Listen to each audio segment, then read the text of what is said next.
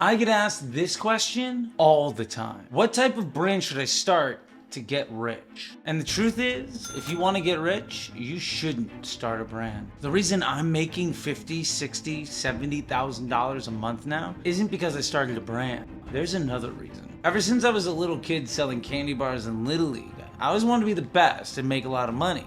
Not just pay my bills money, but like you money. Life-changing, do whatever you want, whenever you want, generational wealth kind of money. And this has set me down a ton of different paths. And I learned a lot from those that were rich, like rich, but even more from the folks who I thought were rich, but who now I realize make less than I do. And they were founders of 7- and 8-figure companies. So this raises the question, of course, how do I get rich? So what are the simple steps that I can follow so that I don't have to waste my life doing a portion of somebody else's work for a portion of somebody else's pay, and I can have real freedom? Or you can spend the rest of your life playing the victim and saying only people who were born lucky or caught a break deserve the life that you want. If you're here, you know that you deserve more success and less stress in your life. You want financial freedom and pride, and the ability to never have to say again, well, maybe someday. Maybe someday you'll wake the fuck. If that's you, then the next few minutes are gonna change your life. When I was a small kid, I happened to be the #1 candy bar salesman for West Springfield Little League Baseball back in my first year at T-ball. And I got a gift certificate to Toys R Us that let me get a brand new bike for free.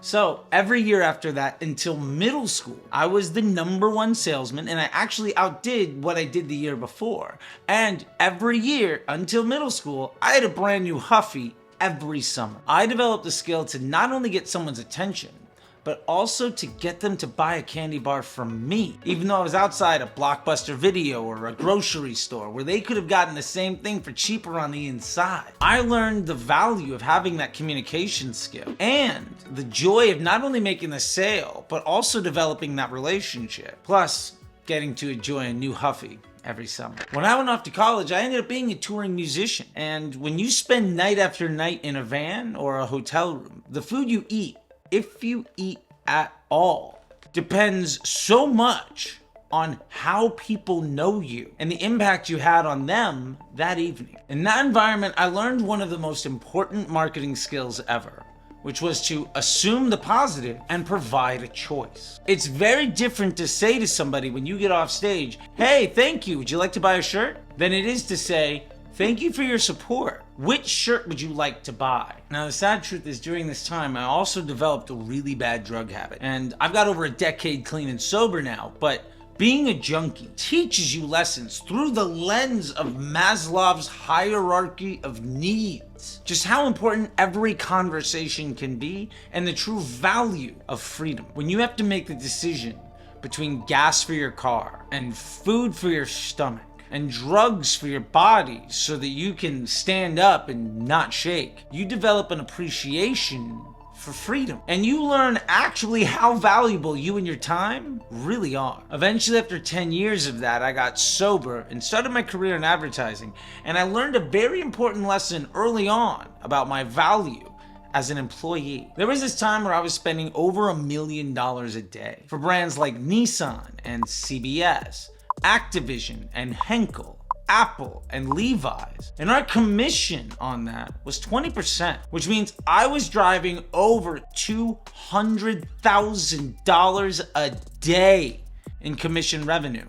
But I only made $75,000 a year. Because of that massive ad spend, I was running case studies every single day, even though spending that client's money wasn't approved. And I was sharing that information, even though that was apparently frowned upon. But by constantly making mistakes, I learned the skills of digital marketing and truly began to appreciate the value I brought to the table and what I could do to move the needle myself for a business's bottom line. I was able to make sure that TV shows won Sweeps Week. I could fill up test drives at dealerships a week before a car came out. And I could make sure that a video game title was the #1 selling every single year. But I was also a really bad employee, and I never held a job for more than 9 months. Primarily because I never understood the value of being a good player on a team that does bad work for a client. I was surrounded by people that were building a career by showing up to work and doing what they were told. They were doing a portion of their boss's job for a fraction of the revenue they were driving for the client. And if they did a really, really good job, they might see an extra $1,000 a month next year, even though they were driving an extra few $1 million in revenue. In my head, this was borderline abusive and exploitative, but they were happy to have that job and to build that career. But I knew that I deserved a lot more than that. Eventually, I joined a few brands and I brought them from 80 million to 20, or from 13 million to 100. And I was still a salaried employee, but I started to work on making my own money on the side. And I had developed a side hustle strategy, combining all of those skills that I had developed over all of those years and all of those opportunities. And it actually paid me better than my day job. Now, I know you love this video, but sadly, YouTube only has a like button. So go ahead and smash it aggressively, with enthusiasm. And go ahead and hit like and subscribe to invest your time and effort into seeing more of this information. With that being said, let's get back to it. I actually began to earn more money than the guy running the business. Remember, when you're running a business, it's exceedingly difficult, and you ultimately have to hire people who are better than you at the things that you're not good at. But this means you're also investing far more of your revenue in growing the business. Now that sounds all well and good, but there's a dark side to that very few people actually share. I know plenty of people that run an 8-figure business that bring home $20,000, $30,000, $40,000 a month, and that's amazing. But as the business grows, they don't make any more money because they have to pay out more and more to grow that business. And many folks I know actually work more than ever now and actually bring home less. The biggest lesson I got out of this that I want you to take away, if nothing else today, is that those folks that were working next to me at the ad agencies, that were working really, really hard to do really, really good work as they were told so that they could be rewarded with maybe earning an extra $1,000 a month next year, were immediately replaceable. And the folks who ran those businesses worked often 10 times harder than everybody else and rarely took home any more money as the business grew. My man Joshua Mayo likes to refer to things as minor skills and major skills, but I like to call them commodity skills versus undeniable value. You have to develop skills that allow you to bring to the table undeniable value if you truly want to make life-changing money. If what you do can be replaced by somebody else in a few days' time, then you're not worth more money because your work is a commodity. Being another worker in the office is no different than being another sock on the shelf. You might have a little bit of an identity, but ultimately provide no added value over the hundreds or thousands of alternatives that are immediately available. Now remember, not all skills are created equal. You can put your socks on your feet, but that doesn't mean you should be a millionaire. You can fill out some paperwork with almost no mistakes, almost on time, every single time, but that doesn't mean that you can't be replaced by software. You can run ads for somebody's store, but that doesn't mean that you're not immediately replaceable by a million other people that will do the exact same job. The biggest difference between undeniable value and a commodity skill is that commodity skills are immediately replaceable, and undeniable value can make you rich. Being able to run ads for somebody is a great skill, but ultimately it's a commodity. And that's not what got me to $50,000, $60,000, $70,000 a month. Taking those ad skills that I developed and pairing them with my ability to communicate with people, the understanding of marketing, and human psychology. That is what gave me undeniable value. And this helped me earn as much in a month as I used to earn in a whole year. Understanding how to use a fancy camera and what microphone makes you sound good, those are commodity skills. Those two skills alone aren't what helps me drive $50,000 to $70,000 a month from my YouTube channel. Those two skills paired with my ability to tell a story in a way that helps create opportunity and change in the life of a complete stranger, that is undeniable value. That is what helps me earn $50,000 a month or more from YouTube. I see people running ads for years that haven't been able to scale a business past a certain point. I see YouTubers with channels that have been live for years and stopped growing. I see people that run businesses that have reached some definition of success, but they never make more money, even though they're working harder and harder just to keep things where they're at. And they ultimately get more and more stressed out. And this causes them not only their money, but also their happiness and their health. And all they really ever did was develop a day job that pays them maybe as much as they could elsewhere, but they work twice as much. What all of these people have in common is they're leveraging commodity skills, but they haven't paired them together to create undeniable value. And if you're not bringing undeniable value, you're never going to get rich. So where does this leave us? Well, we're gonna have to develop some skills that'll ultimately be paired together to create undeniable value. And the easiest way to get started is to start using the skills you have with the opportunity that's available. Now, I know that sounds really easy. And well, if that worked, why isn't everyone doing it?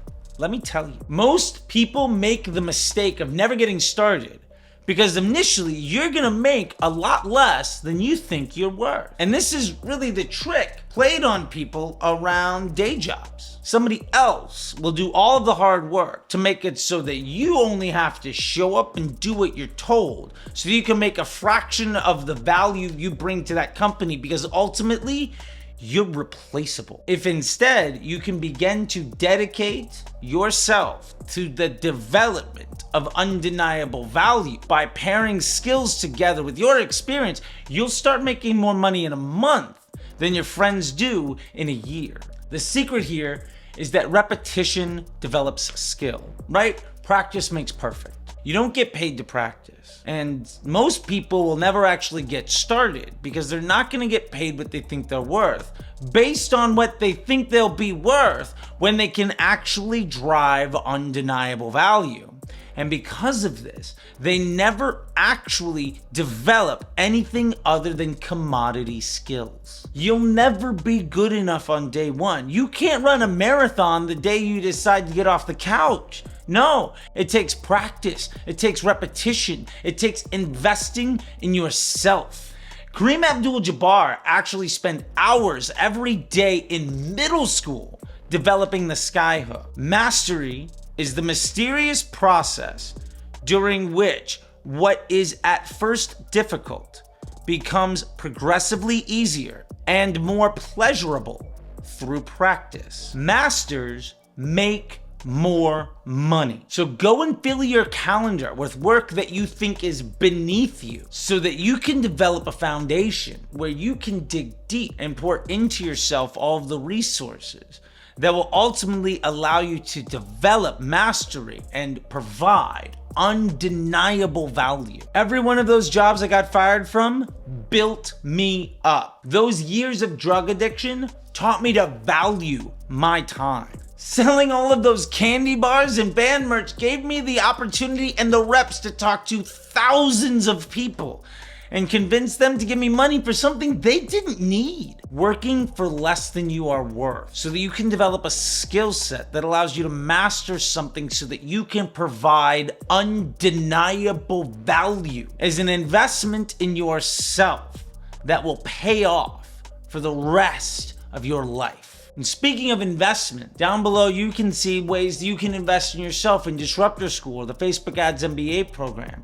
I also have links down there for my newsletter, and if you want to work with me on a one-on-one basis without all the other distractions, there's a link for that too. We can get together for 15 minutes or a whole hour. We can work on you, your business, dive into your Facebook ad account, whatever you want to do. It's your time, it's your money. Let's make the absolute most of it so that you can see the success that you deserve and get rid of all that stress that you don't. Now, with that being said, thank you guys so much. You're beautiful out there. I appreciate all of your support. And YouTube thinks you might like a couple of these videos. Don't forget to hit the button. And until next time, I'll see you on the internet. Bye.